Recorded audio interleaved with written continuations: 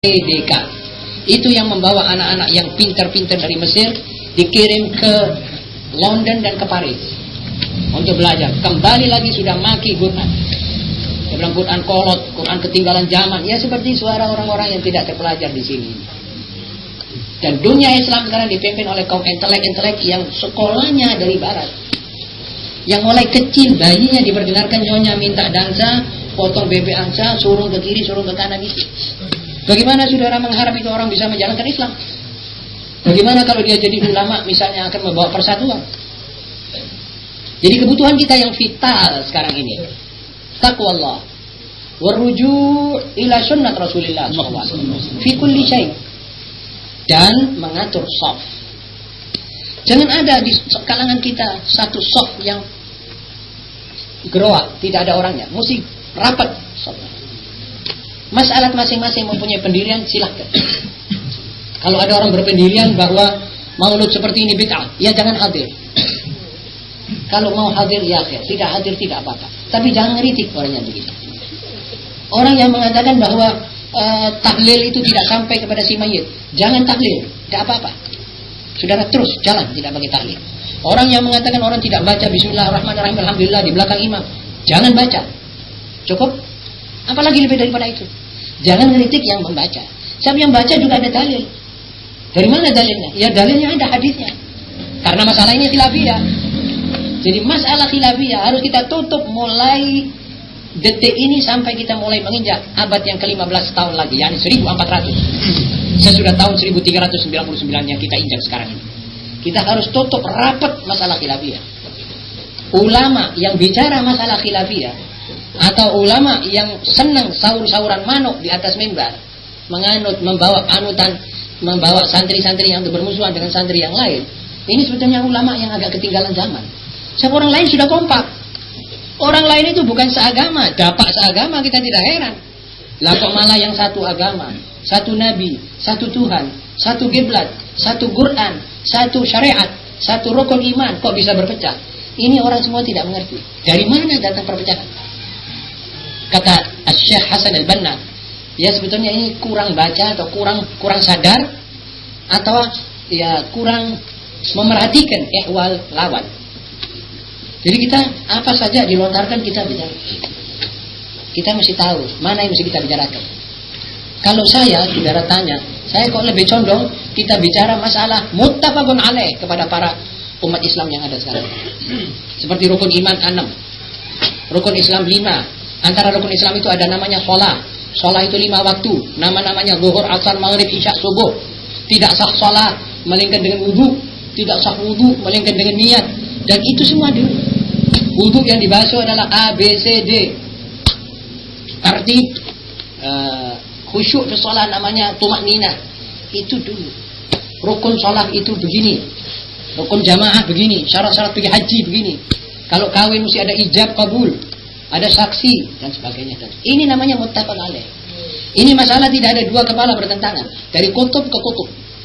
Umat Islam bersatu. Ini dulu ajaran umatmu. Yang jumlahnya 100 juta ini. Biar belajar ini. Apalagi Menteri Agama mengatakan bahwa ada malik atau Menteri Agama yang tidak ada di dunia umat Islam lebih besar dari Indonesia. Ini ajaran ini. Jangan dimulai dengan kunut itu ada apa bid'ah.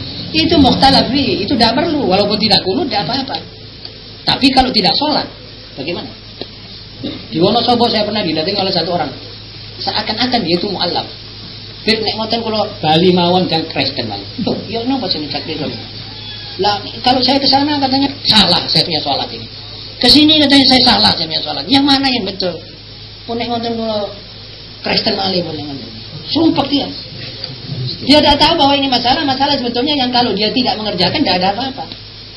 Dia bilang perkara kunut. Saya ini kalau dilanggar kunut ditulis sama orang. Oh, pori kalau kunut itu kayak orang goblok nggak ngerti agama. Dilabrak sampai saya ini katanya dia seperti orang sudah musyrik dan besok mau masuk neraka. Padahal saya ini ngadep kiblat, masa saya mau masuk neraka? Keluar lagi katanya, "Walaupun kadek Fatihah, ada kadek begitulah seterusnya." Ini menyebabkan kita punya umat bingung. Ajarono dulu yang muttafaq alaih kira-kira 3000 masalah. Baca Bidayatul Mujtahid. Baca al-fiqhul mukhtalaf fihi bainal ulama. Itu 3000 masalah yang muttafaq alaih. Kalau ini umat sudah tahu 3000 masalah, berarti ini umat sudah ulama. Coba tanyakan pada satu orang di tengah jalan, gini ya. Coba kamu baca 100 masalah saja yang muttafaq alaih. Apa tanda itu? Tanya apa saja masalah 100? 100. Jangan 200. 100 saja. Kadang-kadang yang berkoak-koak di atas mimbar itu panggil ini, duduk di sini, bacakan untuk saya 100 masalah muttafaq alaih. Mungkin dia kewalahan. Jadi ini lebih dulu.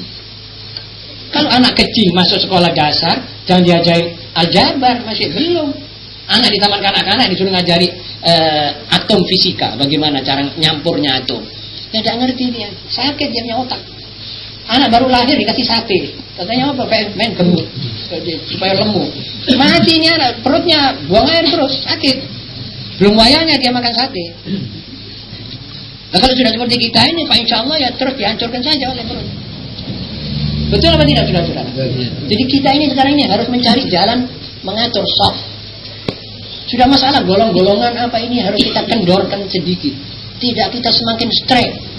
Tidak kita semakin ulet memegangi ini, melepaskan yang besar. Akhirnya ini yang kita pegang ini juga tidak ada manfaatnya. Apalagi golong-golongan yang merupakan ahzab. Ya ini tadi Rasulullah SAW melihat ada hizib Ansar, ada hizib Muhajirin, di mana? Tidak boleh ada 2 hizib, aku ada.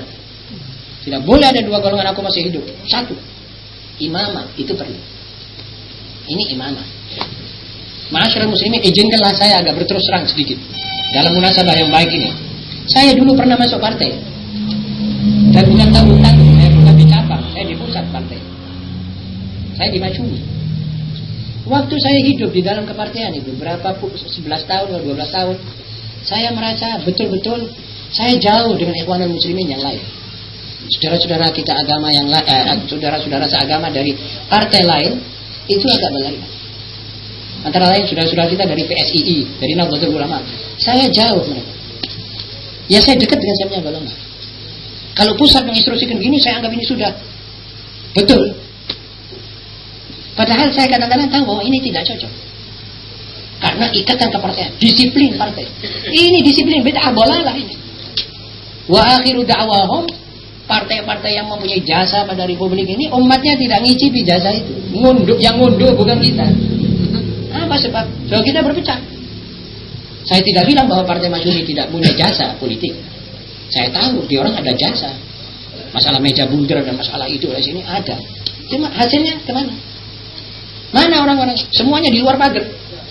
Malah kalau disebut, wah iki mim, wah sudah di luar pagar sudah. Bicara saja tidak boleh. Kok sampai begitu? Ini orang ada jasanya. Lah manusia-manusia PKI keluar semuanya. Jasanya apa? Jasanya dia baru merobek-robek Republik Indonesia tahun 65 tapi gagal. Ini jasanya. Jadi sekarang dunia ini terbalik. Apa sebab? Sebab kita punya stop, tidak ada. Dan jangan dikira Nabi Muhammad SAW senang dengan itu. Jangan dikira. Keliru sudah mengira bahwa Nabi Muhammad SAW senang. Baru 3 minggu yang lalu saya panggil satu orang muslim. Sampai saya TTP ya. Sampaikan salam saya kepada pimpinan sampai punya organisasi. Katakan saya ingin sowan, kapan bisa diterima. Letterlet begini. Dia bilang baik Beb. Ahad yang akan datang ketemu lagi. Dia bilang saya pikir-pikir atas nama apa saya mesti sampaikan sampean punya salam ini kepada orang itu. Ajib. Menyampaikan salam perlu ada putusan organisasi ya Pak. Ini keliru. Ini kelebihan. La taghlu fi dinikum.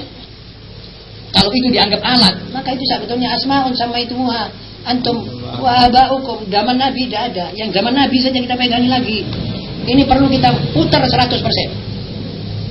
Sekali lagi saya peringatkan, masalah Iran, masalah Khomeini, ini satu kejadian yang perlu saudara pelajari.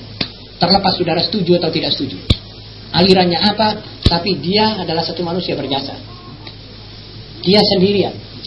Tanpa partai, tanpa angkatan bersenjata, tanpa apa. Dengan iman billah wal yaumil akhir. Dan ilm. Itu orang alim. Saudara kalau disuruh bicara dia mengenai ceramah. Saya pernah di Iran 6 bulan. Saya dengar ini ulama-ulama Syiah yang di Iran.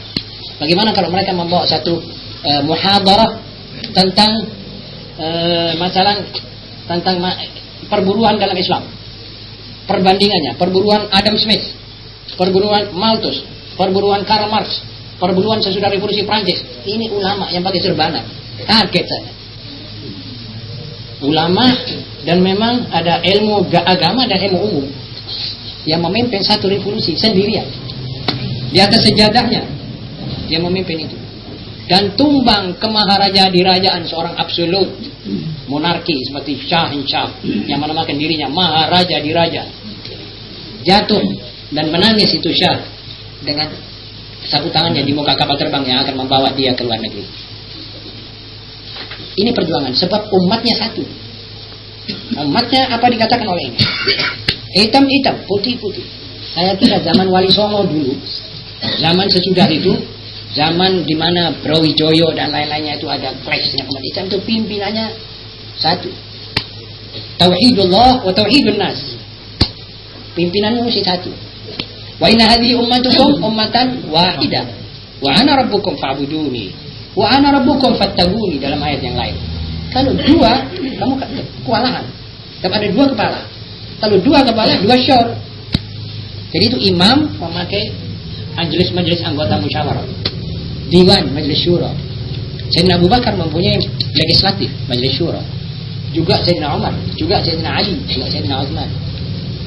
Ini yang saya harapkan saudara-saudara, dalam pertemuan-pertemuan seperti ini, aturlah sop-sop kembali. Saya kepinginnya mengadakan pertemuan para ulama dari segala aliran untuk mempertemukan apa sih sebenarnya yang kita mesti ikhtilafkan ini. Tapi di kalangan kita terbatas. Dan bagaimana kita mengatur dakwah supaya dakwah ini uniform, sama. Apa yang diketengakan kepada umat? Kok centang perenang begini? Umat tidak bisa menerima. Umat kita belum ulama, belum pelnya pel tinggi, masih perlu dibina terus, perlu diatur terus. Tidak bisa dibiarkan dan tidak bisa dijoki dengan masalah-masalah khilafiyah. Nanti mereka kabur, akhirnya membenci tok yang menonjol. Agamanya tidak menonjol. Pada satu waktu saya tahu bahwa masjid itu kosong karena tidak disolati oleh golongan tertentu yang lain. Bukan mazhab lain. Wah itu lain golongannya itu. Pakai adzan 2 kali, walhasil semua bertentangan dengan Nabi dan berkelainnya tentang masalah khilafiyah ini tidak masuk masjid. Ini kan rugi dia. Ini ta'assub. Ini namanya fanatisme. Kita boleh fanatik kalau kita kepada Nabi SAW. Ini kita fanatik. Selain kepada Nabi tidak boleh kita fanatik. Kita bisa salah. Saya bisa salah. Partai-partai bisa salah. Jadi kita mestinya atur bagaimana kita kembali kepada jalan yang tidak mungkin ada kesalahan. Kita ulama bertemu, kita bicarakan. Kalau ini masih perlu dibicarakan di antara kalangan ulama terbatas, mari kita bicarakan. Batas putusannya disampaikan. Kalau tidak ada putusan yang bisa ketemu, dibiarkan masing-masing menjalankan apa yang dia kerjakan, asal saja tidak menyangkut masalah rukun iman dan rukun Islam. Asal tidak menentang Islam secara prinsipil. Kalau bertentangan dengan Islam ya kita tegur, tidak bisa. Pada satu waktu ada orang bicara rame-rame di atas mimbar tentang itu loh, lihatkan itu. Ulama yang pakai bara api. Itu kan syirik itu. Ulama ini bicara di atas mimbar dengan ngototnya, dia bilang itu ulama yang pakai bara api itu ulama syirik. Saudara-saudara, kalau dia itu belum tutup hadisnya bara api, dia mestinya tidak boleh masuk di mimbar khutbah begini. Lah kok pas terus ngotot? Kok genao? Namanya nahi mungkar. Ini tidak betul. Ada hadisnya bara api. Ada satu orang yang ngatur bara apinya Rasulullah SAW untuk mewangikan Masjid Madinah, namanya Mujab Nu'aim bin Mujammir. Baca hadis-hadis.